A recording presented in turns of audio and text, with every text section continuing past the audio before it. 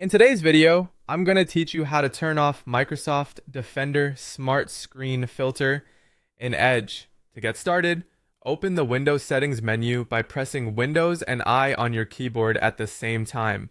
This is the quickest way to jump directly into your system settings without needing to search through the Start menu.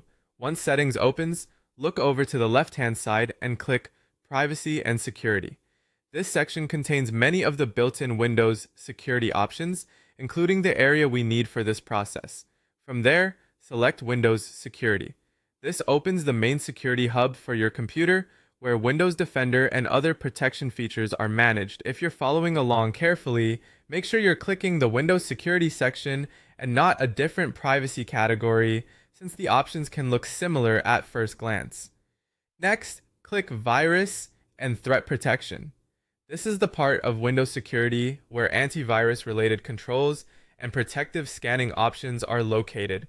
It also includes the settings that affect how active Defender is in the background. After that, scroll until you see Virus and Threat Protection settings, then click Manage Settings. This will take you into the detailed configuration page where you can control specific Defender features. Now find the Real-Time Protection option and switch it off. Real-time protection is the feature that continuously monitors files, apps, and activity on your device.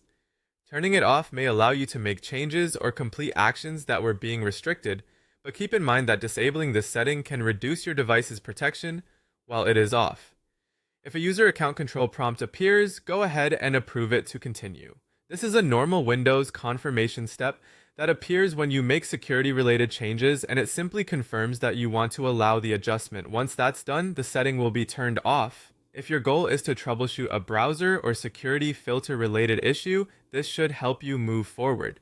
As a general tip, it's a good idea to turn protection back on once you finish whatever task required it, especially if you're downloading files or visiting unfamiliar websites. That's all you need to do. If you follow these steps in order, you should be able to disable the relevant Microsoft Defender protection setting quickly and safely within Windows.